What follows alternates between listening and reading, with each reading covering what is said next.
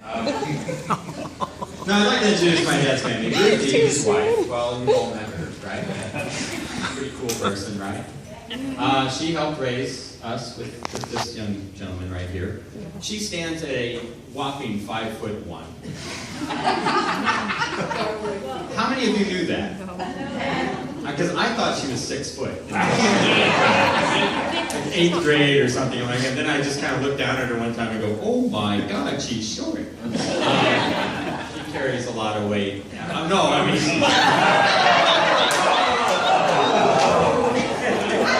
It's not going well. People at Freudian slips, what are those? I don't know. People at my school when I was growing up would say, what's it like growing up with Ruthie? Can you imagine that? I mean, did any of your kids think that about you? I mean, it's like, oh my God, what's that like? I said, oh, it's like a party every day. But no, she's awesome, and it's great that she's doing this for this guy here. My sisters are here today. There's Barbie. Actually, well, my favorite sister, please stand. Thank you. Oh, ouch! Middle finger came out of the window.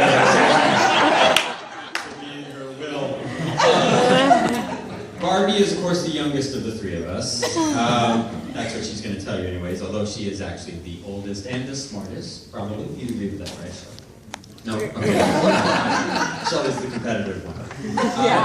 She was prom queen, so she got her good looks from her dad, which is really nice. And I always looked up to her. She's like royalty to me. She's got two great kids. She's got Jared, who is here. Jared, can you stand up and wave a little bit there? Jared's my first nephew, our first grandchild, so he's always kind of had a special place in our hearts. You know, it's been pretty cool having him around. I know he's going off to med school pretty soon. His girlfriend Wendy's here. She's pathology assistant, right? Yeah. So what would happen? What would have to happen, Wendy, for someone to go, oh, get the pathology assistant? What would have to happen? Do you know? Somebody would need an organ removed. Or An organ removed. autopsy. So in case any of you guys need that, she's here. That's awesome. Didn't know that. Krista is her other daughter, couldn't make it tonight. A wonderful person with a very bright future too. And Jack, her boyfriend. Hey Jack, how you doing? Good, Mike. Jack is here to make Barbie happy. So.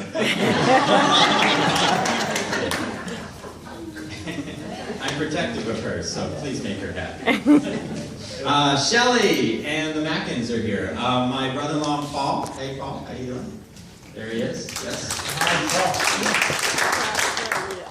Paul's a wonderful guy, wonderful husband, wonderful father. Shelley is the middle child and everything that entails, you know. She was the Jan Brady for us. And if you notice, Michelle sounds like Michael, right? Michelle is French for I'm the child that was supposed to be born a boy. I didn't know that either. It's French. It was French. Anybody still speak French in here? Yeah, me neither. She's a great athlete, straight A student. Was the captain of the cheerleaders. Just like this very successful, very competitive person. And if she doesn't beat you, she eventually will. So she's she looks like an angel and curses like a saint.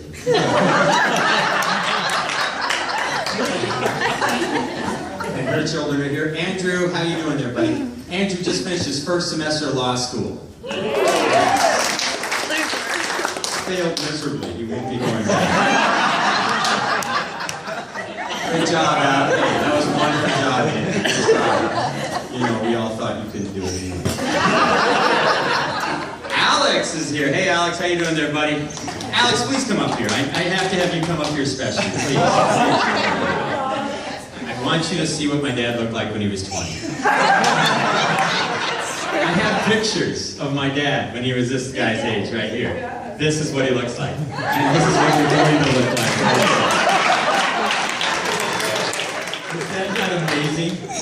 I can't believe it. It's just amazing. It's so much fun. There you go. Thank you, Alex. Isn't that amazing? I mean, it's just like a doppelganger, or mini-me, something like that.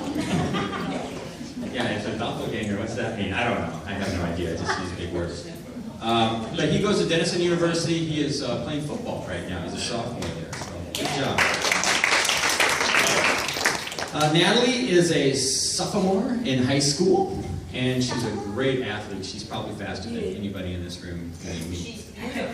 She's all right looking, I guess, if you like that. Whatever. Come on, wave, Natalie. Everybody's like, oh, she's beautiful. She is. She looks like her grandma. She looks like her grandmother. She does. She's awesome. I love that. She's actually just got the greatest personality. She's extremely hilarious. You get to talk to her.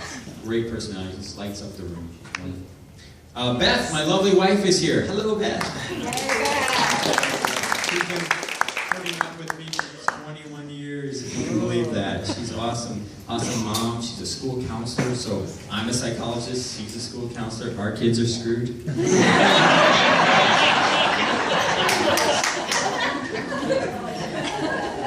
Wait, is this thing on? Jordan, our soccer star, is going off to college next year. He's taking. He's just quite an athlete, quite a great kid. He really works his tail off in everything he does. He wants to be an engineer, and he's got accepted to University of Wisconsin-Madison. Couldn't get into Southern Illinois University, so we tried. Megan is my daughter. She is. Where are you, Megan? Where are you? There she is, head of the table. Hi. Hi. Can you wave there? She was kind of doing name tags for a little while. Hi, Megan. Megan is such a sweetie. And let me tell you, she reminds me of my wife, because she kind of looks a little bit like her. And she's got her personality. But she also reminds me of my sister. She reads like Barbie does. She loves to read. She's all into literature. She's competitive like Shelley. She works really hard all the time, maybe too hard. You can tell her to kind of ease it back a little bit. But she's so successful. She does everything so wonderful. And then Graham is my 10-year-old. Graham, can you stand up there, buddy?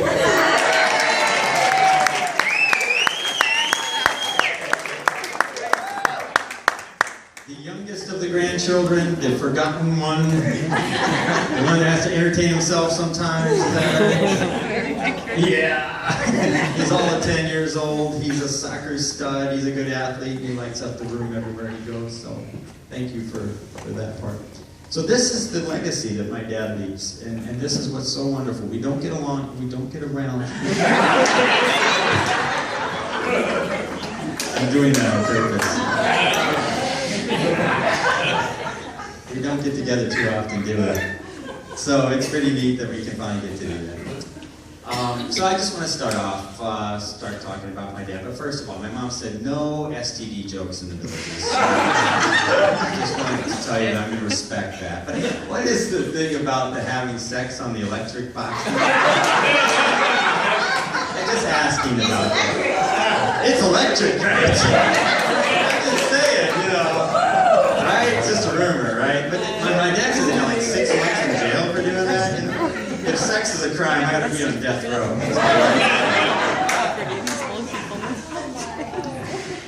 Oh, boo! Yeah, okay, if you want to stay with the appropriate folks, go into the pool room. This is my mom's son here, okay?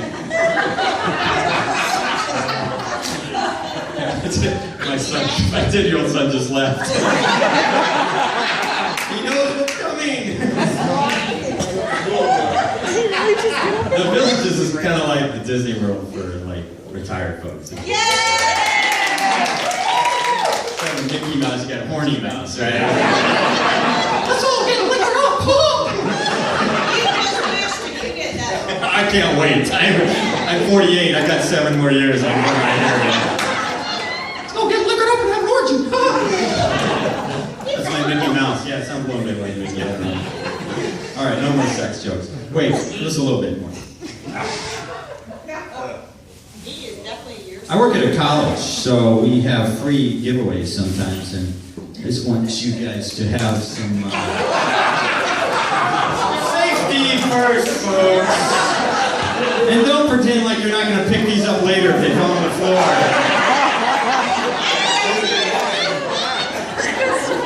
This will be fun. Yeah, I've got my own one right here. It says Lucky Boy. Beth, turn your head. I'm going to get some phone numbers a little bit later on. You know what I'm saying? So there you go, Mom. No sex jokes. I promise you. I also have some pencils up here that say size matters.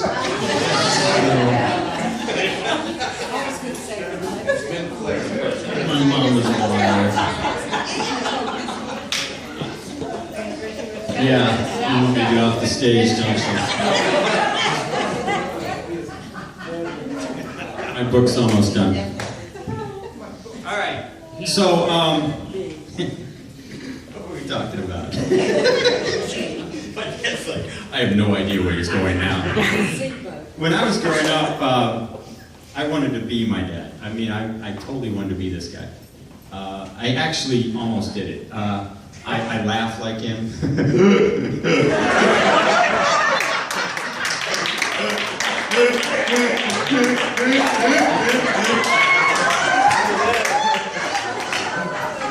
I kind of look like you. Hopefully not. I look pretty like Mom. I went to the same university as him. In fact, I went to Indiana University, same program. He graduated in 1912. Graduated in 1993. So some of the same instructors were there, which is kind of bizarre. So we both got our doctorates in counseling. Yes, we are analyzing you right now. That is absolutely true. And we both became instructors and psychologists, and we do counseling and all those kinds of things. So it's been kind of a neat journey. I've been able to draw on his experience and actually on his resume to get jobs and stuff. You know, I have the same name as him, and that was kind of like, you know, kind of a clue that, you know, once Michelle didn't live up to that expectation, boy, you know. I remember my mom told me when I was born, you know, I love this story. The doctor put my penis in her face. Like, see, he's a boy, you know. Shelley, I'm sure that, you know, they wanted you to be a girl. But, you know, so I had to live, you know, one time I was at a conference. It was an American Counseling Association conference, and I was wearing my name tag, Mike Altekruse. And somebody came up to me and they said, "You're not Mike Altekruse. I know Mike Altekruse. He's a professor at SIU. He's a wonderful person. What are you wearing?" He's like, you know, have you ever had an identity crisis where you thought, "I'd maybe not be that person"? I mean, they were so damn sure, right? I was like, maybe I'm not Mike Altekruse. I thought about it for a couple seconds. I think you're talking about my dad, but they didn't even apologize. Just walked away. Kind of like, "God, that son of a bitch. I wish I was his son." I do, you know, and walking around to those conferences and stuff, you did get to see a different side of my dad. I mean, I knew he was a great instructor, but people would come to me and just tell me what a great man he was, and what a great instructor he was, and a great mentor, and all those kinds of things. It was really kind of neat to be named after him, because I thought, wow, you know, I can really steal his fame someday. Now, you're talking about his golf swing. Can I show you his golf swing? Don't hurt yourself. No, when we were golfing together with Haddon and Jim Medlin and those guys, you know, he was trying to slow down his golf swing because he kept missing the ball, you know? So he'd get in there, you know, he'd do this praying stuff or whatever you're talking about there, and he'd get really tight and get really, he's a very competitive guy, and he'd get really intense and he'd go like this. And he was trying to slow down his backswing, I guess, so he'd go like this.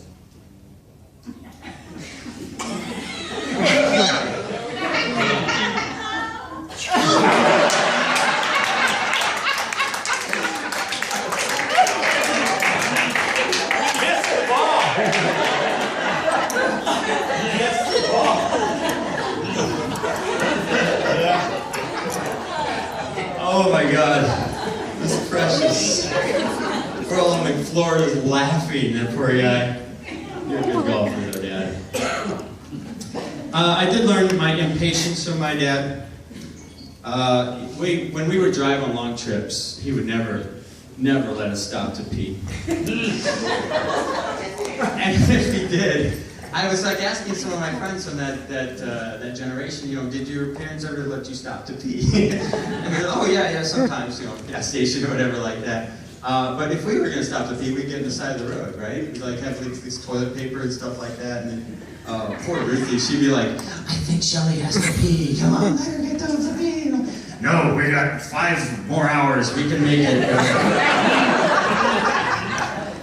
Although we can be extremely patient. When he was living in Las Vegas, my wife and I waited 6 hours for a lobster buffet. So that was pretty patient of you, I thought. We'd wait longer though. It was a lobster buffet. All you can eat. What the hell, man? My exaggeration comes from him. Have you ever talked to him about, you know, like, this is the best clam chowder I've ever had? You ever heard him say that? This is the best, this is the worst gonorrhea I've ever had, you know? I mean, he's like always exaggerating, you know? The worst crabs I've ever had. Okay, one last TV jokes, I promise. That's it, I'm done. You guys have read about the villages, right? You guys live here, right? Some of you? Alright, I'm almost done. Alright, I learned about PMA from my dad. You guys know what PMA is? It's kind of a psychological term. Positive mental attitude.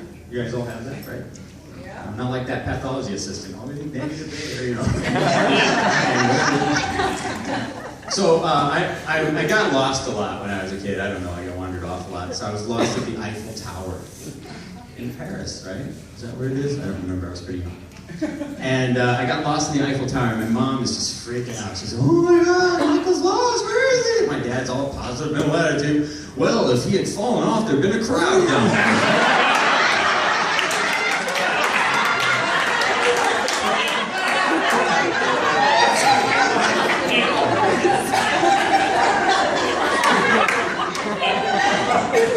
True story. I wish I was making some of this up sometimes. He is definitely an absent-minded professor. I mean, that's something that I share with you. And he left me at a garage sale. Drove off. I know I'm forgetting something. He came back. I'm not saying he never came back. I was like playing in the back seat. It was back yard or something like that. But that was pretty funny. You know, we have a special understanding between us, don't we? You know, I was the only boy. Shut the fuck up. We do. We have a special understanding. You know, being the only boy, sometimes we kind of felt overwhelmed by Ruthie and the girls and stuff like that. You know, it's hard to believe, Mom. But I remember my sister's, Shelly's 16th birthday. I was 14. And I remember she got a birthday cake. And my mom had it specially made, but it had cheerleaders on top. And Shelly just loved this cake. She said, oh, I don't want to eat it, you know. And I came downstairs at 14 years old to sing happy birthday just for the damn cake, I have to admit. I wasn't there to wish her happy birthday. I know it's selfish on my part, but I just wanted some cake. And she said, Mom, can we just squeeze this cake? And my mom, Ruthie, I mean, rightfully so, said, okay, we can do that. Why are you waving your hand? I heard this story before. Yeah, you never missed. You might want to leave again. There's going to be something. So she did. She said, okay, you know, we'll put it in the freezer. I was just livid. I was like, what do you mean? Eat the cake? So I've never really been disrespectful to my mother ever before.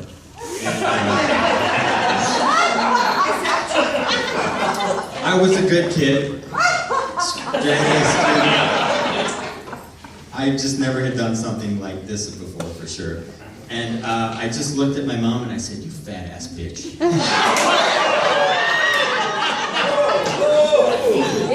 Come on, we all made mistakes at 14, right?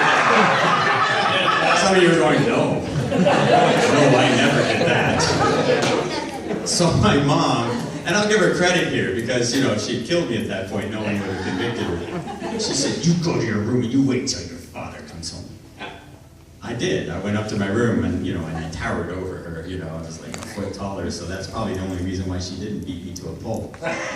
So I went upstairs and I'm going, holy crap, it's like 5 hours till my dad comes home. And I was scared to death because I didn't know what my child psychologist dad was capable of. I really didn't, because I'd never done something that bad before.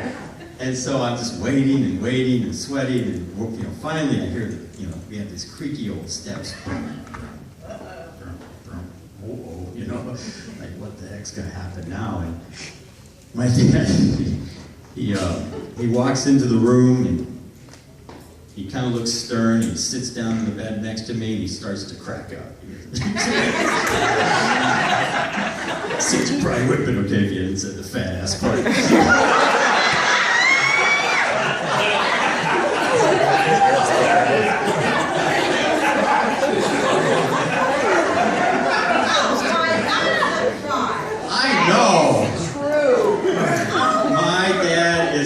Hero. I mean, oh my God. He's paid for it ever since. And he says to me, and my mom didn't know this till 10 years ago. He says this to me, he says, I want you to look like I've been, scolding you, and I want you to go ahead and apologize to your mom. But I was like, what a wonderful parenting moment. Because, he could have done a lot of things, but he decided to say, okay, I'm going to give you a little rope here. I'm going to give you a little rope here. You do this again, you're screwed. And I'm not going to hold your mom back. But he gave me that extra rope, and I appreciated that. And that's the type of father he was. He was the type of father that came to everything. And let me tell you a little bit about Mike Altekruse, the big Mike. We're not talking penis size. Maybe we are. But let me tell you about Big Mike. Big Mike grew up in a single parent household. He was one of those kids that should not have gone to college. And some school counselor, like my wife, took an interest in him and said, you know what, you should go to college. And helped him to get to Heidelberg College, where my nephew Jared went to. And then at Heidelberg, somebody noticed him and helped him to get to Indiana University. And then from there, people kept noticing him. This is a good guy. This is a guy that works hard. This is a guy that's got talent. And kept pushing him until he got his doctorate. This guy has never missed a single sporting event that I've ever been in. And I was in 3 sports in high school, so I must have drove him crazy. He never missed a sporting event that Shelley was in. And she was a cheerleader, and she was also a track star. I never missed anything Barbie was. She was prom queen. He went to prom and she was mortified. This guy is the most loving person, most loyal person you could ever meet. And he's just one of those types of guys that under the radar you don't realize just how close he is.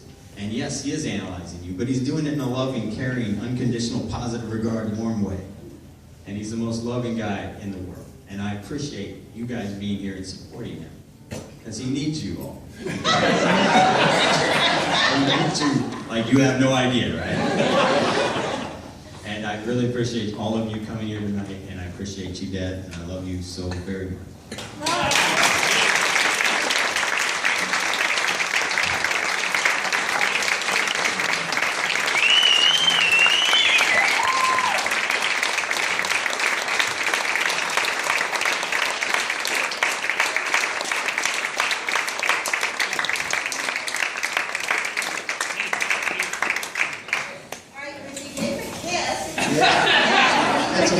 That's a race you can do.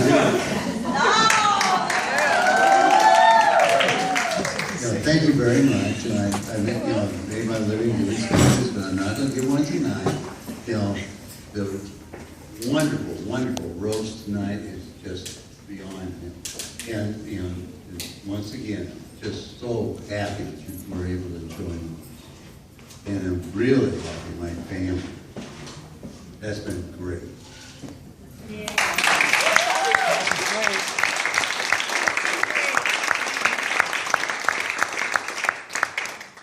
Thank the 3 people that roasted him. You did a fabulous job. Yes.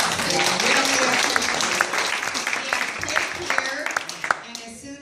cake is gone, we're going to remove that table and you can start dancing.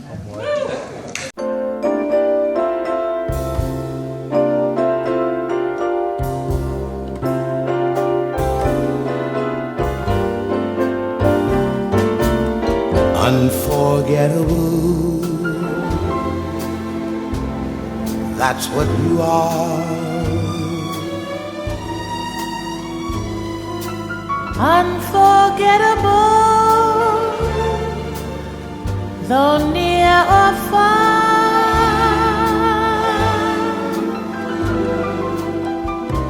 Like a song of love that clings to me, how the thought of you does things to me never before has someone been more Unforgettable in every way,